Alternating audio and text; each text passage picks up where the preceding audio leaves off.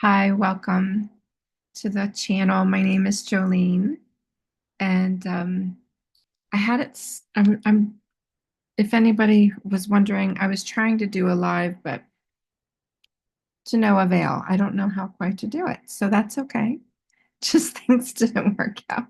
I'm like, how do I do it? I thought if I set it up, I would figure it out somehow, but to be continued, you know. Every day is a learning day. I learned that it's not as easy as I was hoping, but that's okay. Not much is. So, hi, you guys. What's the date reading? We're going to be reading from, so back in order here, January 6th. January 6th. Yes, I'm reading from January 6th. And grateful that you're here with me. All right. It's so cozy today. I did get out.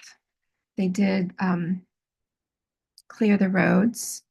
Did have a little fear of leaving the house, but we checked and they put salt down and all the roads have been cleared. It's just been so cold. And how are you guys doing? It's January. I have my new job. That's full force now. I am a contributing writer to a to some blog posts that are really fun, really enjoyable for me because I love learning and talking about astrology aspects. So yeah, I got this job like the day before I lost my other one. And then I'm like, I love it. I absolutely love it. I have this setup where I have this standing desk where I can also sit down because you'll see me like move. So then it's good for my back, and then I can work for 4 hour increments at a time. And yeah, and it's aligned. It's fair, it feels very aligned. So more on that later. I may uh, put that on this channel or start another one as well as this one. So without further ado, let's get started on the reading. And love you guys. Thank you for being here. And I would love to figure out the live thing. Absolutely love to figure that out. Let me see if there's any host tools here. I'm not sure. I have like, oh well, we'll figure it out another day. Right? All right. Okay, I gotta move on. So I'm gonna start off with the 12-step prayer book again because it has like a key, a key where it shows me like for the day. It'll give me like a code for the prayer of the day, which is very fun. Very fun. I love it. All right, let's get to it. I should just put my bookmark right into that spot because it's not right in the front. Because you can basically like look up the prayer you want, blah, blah, blah. But the key guide for daily reading is much more exciting for me. So January 6th, we have page 68 and number 99. Let's go. 68, 99. Here we go. Ready? All right. So it's the 7th step prayer. And it says 2 on it. And is there 2 of them or something? Maybe. It just says a 2 on it. So whatever. I'm going to read it. Here we go. My Creator, I am now willing that you should have all of me, good and bad. I pray that you now remove me every single defect of character which stands in the way of my usefulness to you and my fellows. Grant me strength as I go out from here to do your bidding. Amen. My Creator, I am now willing that you should have all of me, good and bad. I pray that you now remove from me every single defective character which stands in the way of my usefulness to you and my fellows. Grant me strength as I go out from here to do your bidding. Amen. Okay, it's a good way to set the intention. And what else shall I read? Let's see. Um, let's find some. Let's find some goodies. All right. The Untethered Soul, I think is a good continuation today. So I'm gonna have a seat. Give me a moment and pull over the heater because my feet are cold. So,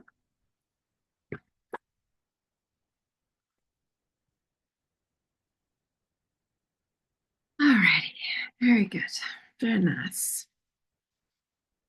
All right, let's go. Let's just open the book and find a reading. Oh, I don't know if you heard that. A lot of times it doesn't record loud noises. And hopefully it didn't record that. All right, so here we go.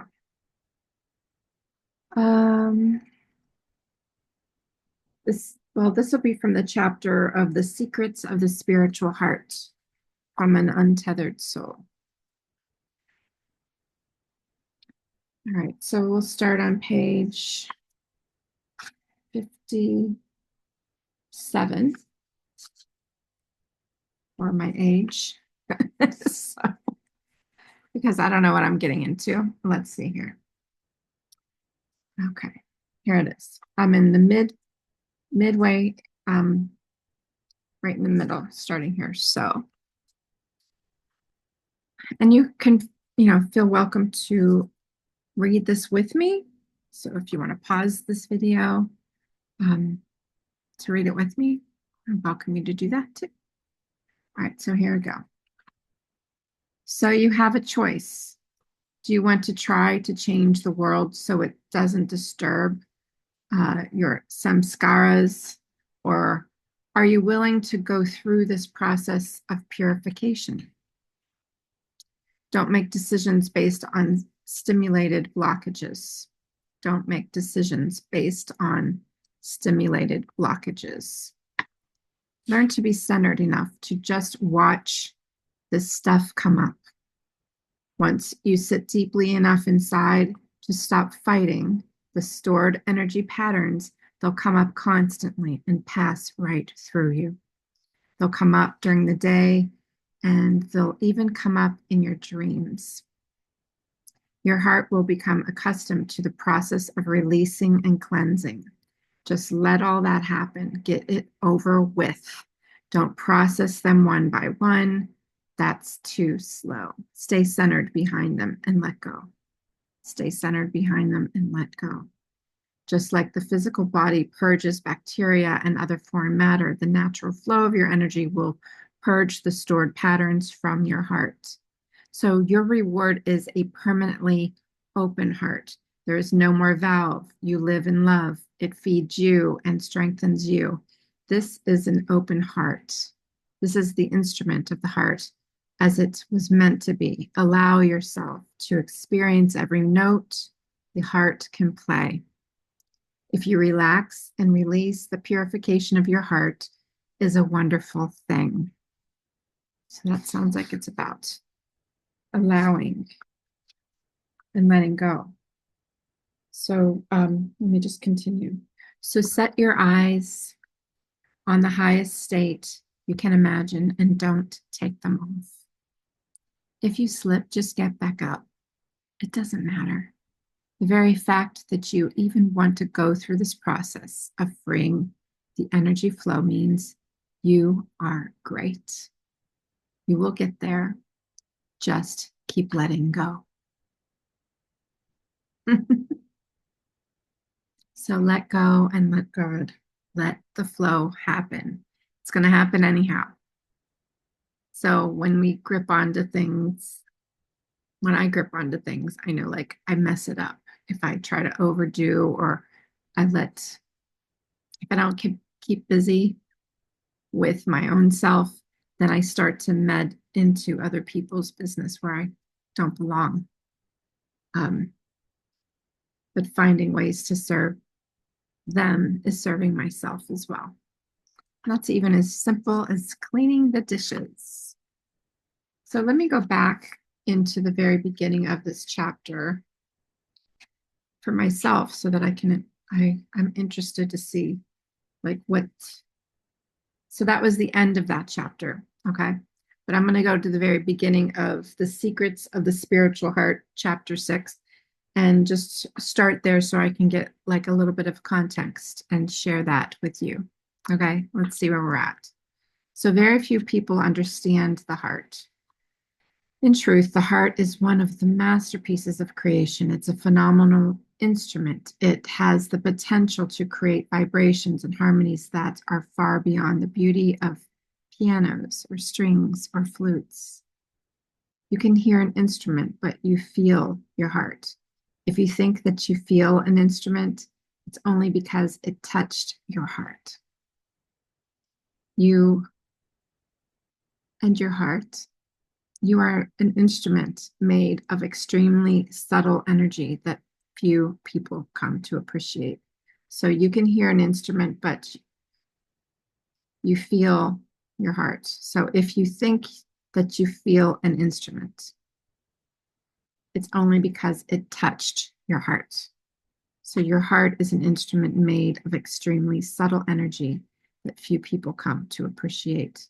So in most human beings, the heart does its work unattended, even though its behavior governs the course of our lives, it is not understood. It is at any given point in time, the heart happens to open and we fall in love. If any given point in that time it happens to close and the love stops. If the heart happens to hurt, we get angry. If we stop feeling it altogether, we get empty. All these things are different and happen because the heart goes through changes. These energy shifts and variations that take place in the heart run your life. You are so identified with them that you use the words I and me when you refer to what is going on in your heart. But in truth, you are not your heart. You are the experiencer of your heart. Okay. So the heart is actually very simple to understand. Let's see if that's so. It is an energy center. It is one of the most beautiful and powerful energy centers, that affects our daily lives. As we have seen, the energy center in an area within your being through which your energy focuses and distributes and flows. This energy flow has been referred to as spirit or chi or shakti, and it plays an intricate part in your life. You feel the heart's energy all the time, maybe unaware. Think about what it is to feel love in your heart. Think about what it is like to feel inspiration, enthusiasm from your heart. Think about what it is like to feel energy well up in your heart, making you confident and strong. All of this happens because the heart is an energy center. The heart controls the energy flow by opening and closing. This means that the heart, like a valve, can either allow the flow of energy to pass through, or it can restrict the flow of energy from passing through. If you observe your heart, you know very well what it feels like when it's open and what it feels like when it's closed. In fact, the state of your heart changes quite regularly. You can be experiencing great feelings of love while in the presence of someone until they say something you don't like. When your heart closes toward them, you simply don't feel love anymore. You have all experienced this, but what exactly is causing it? Since all we have to experience the heart, we might as well understand what's going on. So we begin with a fundamental question. What is it about the structure of the heart center that permits it to close? What you will find is that the heart closes because it becomes blocked by stored, unfinished energy patterns from the past. Again, it becomes blocked. It has a block by stored, unfinished energy, aka resentments, that maybe we aren't aware of. That's why step work works to open this heart, to start to feel your feelings again, to be connected to your heart. So this is very important to better understand what it's like to have these energies stored within you. Let's first examine what it would be like if nothing was stored. What if everything just passed through you? For example, when you're driving down a highway, you probably pass through thousands of trees. Don't leave don't they leave an impression on you? They've gone as soon as they perceived. So while you're driving, you see the trees, you see the buildings and the cars, and none of these make lasting impressions on you. There's just a momentary impression that allows you to see them, though they do come in through the senses and make impressions upon your mind. And quickly, as the impressions are made, they are released. When you have no personal issue with them, impressions process freely. This is how the overall system of perception is meant to work. It's meant to take things in, allow you to experience them, and then let them pass through so that you're fully present in the next moment. While the system is in a working operative state, you are fine and it is fine. You are simply having experience after experience. Driving is an experience, yes, and so is this. Moment after moment, experiences are coming in and you're learning and growing. Your heart and mind are expanding and you are being touched at a very deep level. If the experience is the best teacher, there's nothing that comes close to the experience of life. What it means to live life is to experience the moment that is passing through you. What it means to live life is to experience the moment that is passing through you, and then experience the next moment, and then the next. Many different experiences will come in and pass through you. It's a phenomenal system when it is working properly. If you could live in that state, you would be a fully aware being. I'm going to leave that because that's I felt that in my heart right there. What it means to live life is to experience the moment that is passing through you. Just sit with that for a minute. All right. So I'm going to stop reading the Untethered Soul as we jump around. I hope that's okay for you. So what comes up for you? I just think that I've been watching a lot of different artists making statements about work. I've only gone, I'm trying to like get in touch with what it means to make art and to take the next step and level. And I think it's about having a story and not necessarily making up a story, but actually being able to express a feeling or a vibration that is personally mine in particular. So I think that's where art, any kind of art, writing like I've been doing lately, and painting that I've done in the past. There have been times when I paint something and I'm just like, I don't know what this is about, but I'm just going to trust the process and do it. And I always felt like it was just there to relieve an excess, relieve a longing, or just to take back my my value of self. through all of the pain that my life has had shown me, and to work through those feelings. And in other times, um, I sort of didn't look at them. I maybe thought, okay, well, I'm just going to do this because it makes me feel good, or like expressing anger or resentment at someone. Like I had this series of art that was like all these, it was before I stopped drinking, and it was the wine girls. I made all these paintings of the wine girls. I don't have any close by because I still have some left, but I was like, I like the wine too.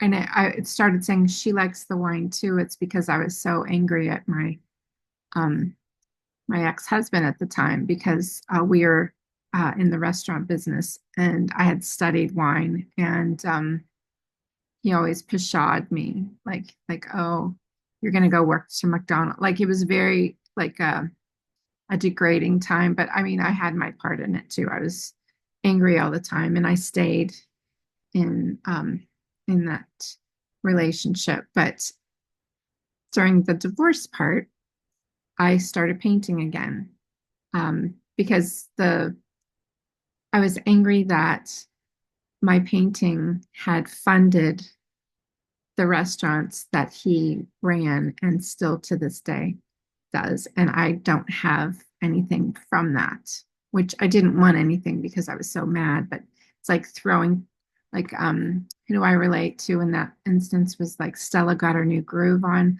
where she burnt the house down, not literally, but she left with nothing. And so my little paintings were like joking around that I sold them, and I was just like I was like making these they're almost like cartoony, where they're and then they turned upside down, like she's partying, like she's the upside down girls. So yeah, maybe you can see some on my Instagram, artist Jolie Barb. There's a bunch of my paintings there that and it really, like, in my age group, I think there were a lot of women that related to that. So that was my attempt unconsciously to reach my heart. And so I'm in a stage now where I'd like to consciously reach my heart and feel the feelings and experience. So that's why I'm staying clear. I'm I've been, not using drugs or alcohol or sex to squash my feelings. I'm aware that that's what I've done throughout my life, and so now I'm just working on feeling those feelings and being okay.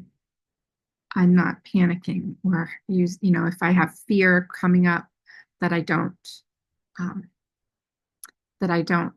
belong or anything like that. I think that that's where opening my heart and doing the work of the 12 steps has helped me so far. So anyway, that's maybe a tangent off, but um, can you relate to any of that? Like, so like the and trusting your higher power, I believe, is that connection to the present moment and the connection to your heart, because I feel like that is a direct channel to God, your higher power, whomever that is, or whatever that is for you, the universe. The universe has your back, is one of, I heard someone say at one point. I'm like, yeah, that's like a nice way to put it, you know, because no matter what, no matter if you um, lose your job, or you lose your relationship, or your money, you use those as points of understanding and lessons. to note to self and have people around you to also help you, like, because think, like that squashing of the feelings could be again. So diving into to that experiencing the experiences, letting them flow through and having an awareness of that. So that next moment you're there too. So not savoring it, but feeling it. That's, I believe, my lesson for the day. And anyhow, I could not have even imagined that I'd be writing uh, on a collaborative and having direction, and to be honored to do that. So I will be sharing that with you very soon. So with that, let's see. Do I have the poem book? You guys into the poem? Where's the poem book? It's just so funny that I have two of these books, two of the Untethered Soul. I think that was just like, read those, read this, like that message to do so. We're in a countdown to take my youngest to college, so that'll be in a couple days. Oh my God. It's very like feeling that in my heart. Okay, and let's see. Some of these poems are short but raunchy, a little bit raunchy, which I love, but I'm not going to share them here. So, oh, here's a good one. All right, well, let's start with this one, Miscarriage of Love, page 129 in the awesome Planting Gardens and Graves, volume 1 by R.H. Sin. Miscarriage of love. I was waiting for you 9 months, to be exact. You grew just enough for us to acknowledge your presence. Then one day you left without a goodbye. I never got to meet you. It still hurts me to this day. That's heartbreaking. And feeling that could be applied to not only what it's implying, but it can be with relationships that what do they have that where that's you have limerence in a relationship where the other person doesn't reciprocate and leaves you, like the loss of a parent even. Still hurts me to this day. I was waiting for you.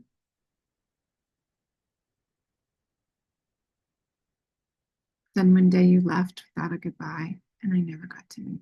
This is so sad. I'm sorry if this is too sensitive for others.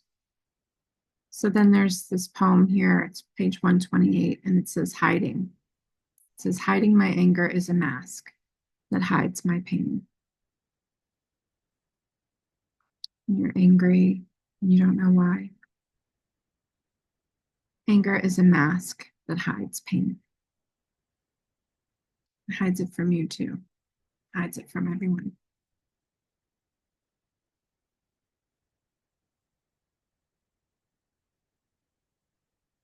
So I'll read one more. Page 125. It says, years ago, I choose you. How foolish. My desire to fix you while destroying myself. My desire to love you, which caused me to hate myself. I changed the parts of me you didn't like.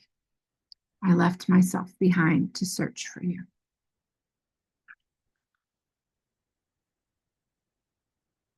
I think poetry is also, It's the art to be able to express and embody your feelings at the moment you're feeling them.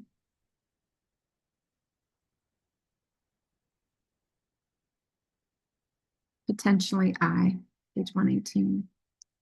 I don't think it was you. I didn't fall for you. I fell in love with your potential to be what I thought I needed at the time.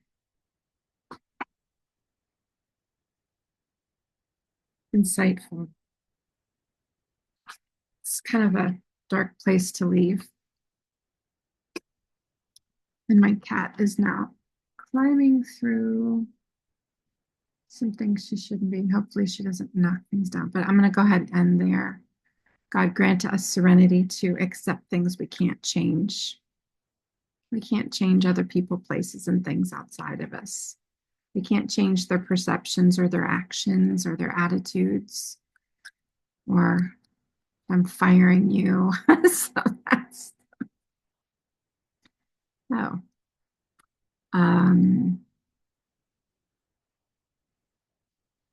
To have the courage to change the things you can, yourself and your attitude, the way you look at the world, the way you look at your situation and your experience, the way you perceive and take actions, the way you allow and accept. Have the courage to do that. And the wisdom to know the difference. One day at a time, moment by moment. Yeah. Know why you do what you do by doing the steps. Yeah.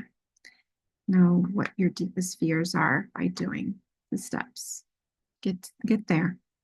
Accept that your life has become unmanageable if you're trying to push through things. Do the work for yourself. Take care.